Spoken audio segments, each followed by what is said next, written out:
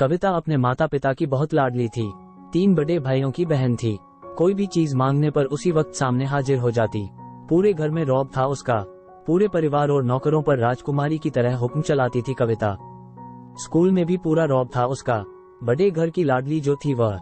ऐसे ही उसने कॉलेज में दाखिला लिया।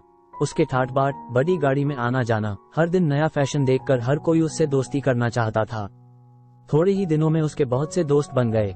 पूरे कॉलेज में उसकी अपनी ही एक पहचान थी। इन दिनों उसके घर एक रिश्ता आया। खानदानी लोग थे और पापा की पुरानी जान पहचान थी उनके साथ। कविता के साथ कोई जबरदस्ती नहीं थी, पर कविता ने फिर भी हाँ कर दी, क्योंकि वो अपने परिवार से बहुत प्यार करती थी। वह जानती थी कि वो लोग उसका अच्छा ही सोचेंगे। लड़के का नाम राज था। राज काफी पढ़ा लिखा और समझदार लड़का था। ससुराल वाले भी बहुत अच्छे थे। ससुराल में कविता की जगह वैसी ही थी जैसी कि मायके में। कोई भी कार्य कविता की सलाह के बिना नहीं होता था। सबकी लाडली बहू बन गई थी वह। फिर उसके घर एक बेटे का जन्म हुआ। राहुल कविता को जान से प्यारा था। पोता पाकर ससुराल वाले तो फूले नहीं समाते थे। कविता कभी कभी सोचती कि उसकी किस्मत कितनी अच्छी है। उसका हर अपना उसे कितना प्यार करता है। चाहे जीवन में कैसा भी समय आए, मेरे अपने हमेशा मेरे साथ हैं। मैं कभी अकेली नहीं हो सकती।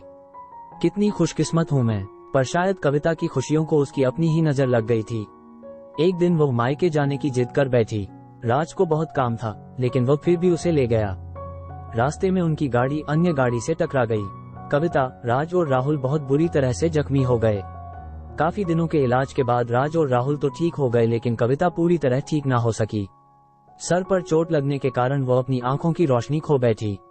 अब कविता की किस्मत जैसे उल्टे पांव चलने लगी। मायके वाले कुछ दिनों तक उसे मिलने आते रहे, फिर कभी कभार फोन ही करके पूछ लेते कि अब कैसी हो। धीरे धीरे ये सिलसिला भी कम हो गया। ससुराल वालों की सहानुभूति भी कम होने लगी। घर में किसी को पास बैठने के लिए कहती तो जवाब मिलता, बहुत काम है, अब तुम भी हाथ नहीं बंटा सकती। कविता अंदर से टूट चुकी थी। एक दिन उसने सबके सामने मायके जाने की इच्छा रखी तो राज उसे तुरंत मायके छोड़ आया, जैसे कि वह भी यही चाहता था। लेकिन राहुल को उसके साथ नहीं भेजा गया। कविता कभी राहुल से दूर नहीं रही थी, पर अपनी कमी के कारण उसने ज्यादा बहस नहीं की। कविता को लगा कि वह 3-4 दिन वहां रहेगी तो थोड़ा हवा पानी बदल जाएगा, क्योंकि वह कितने दिनों से कहीं भी बाहर नहीं गई थी। घर वाले भी इतने दिनों बाद उसे देखकर कितने खुश होंगे। कविता के घर पहुंचने पर सब लोग बहुत खुश हुए। खाने में सब कुछ कविता की पसंद का ही बना था। उसने अपने मम्मी पापा और भाई भाभियों से दिल खोलकर बातें की। उनके छोटे छोटे बच्चे भी बुआ के साथ घुल मिल गए थे। रात को सोने के वक्त जब वह कपड़े बदलने लगी तो उसे पता चला कि उसका बैग तो बहुत भरा हुआ था। वो सब समझ गई। वो बहुत उदास हो गई। कुछ दिनों तक तो सब ठीक रहा, फिर जैसे सब बदलने लगा। सबका व्यवहार बदल रहा था। वो लोग जैसे थक चुके थे उससे। सब लोग घुमा फिरा कर पूछने लगे कि राज कब आ रहा है उसे ले जाने। वो बहाना बना देती, जबकि वो जानती थी कि उस घर में अब उसके लिए कोई जगह नहीं। कविता से चलते वक्त कुछ न कुछ नुकसान हो जाता। थोड़ी बहुत टोकाटोकी उसे सुनाई देती, वह टाल देती। एक दिन उसके हाथ से लगकर एक कीमती फूलदान टूट गया। छोटी भाभी ने बहुत हंगामा मचाया। कविता के माता पिता रोज रोज के झमेलों से तंग आ गए थे। उन्होंने राज को खुद से फोन कर दिया।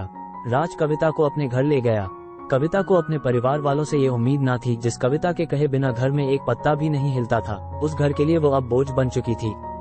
राज के साथ ससुराल आते वक्त वो बहुत खुश थी, क्योंकि वो अपने घर जा रही थी, अपने जिगर के टुकड़े राहुल के पास।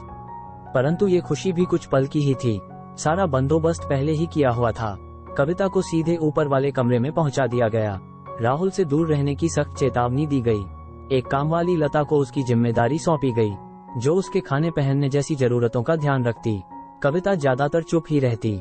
कभी कभी कामवाली लता से थोड़ा बतिया लेती। उसके जरिए राहुल का पता चल जाता। सबकी लाडली बेटी और बहू सबके लिए लाडली से बोझ बन चुकी थी।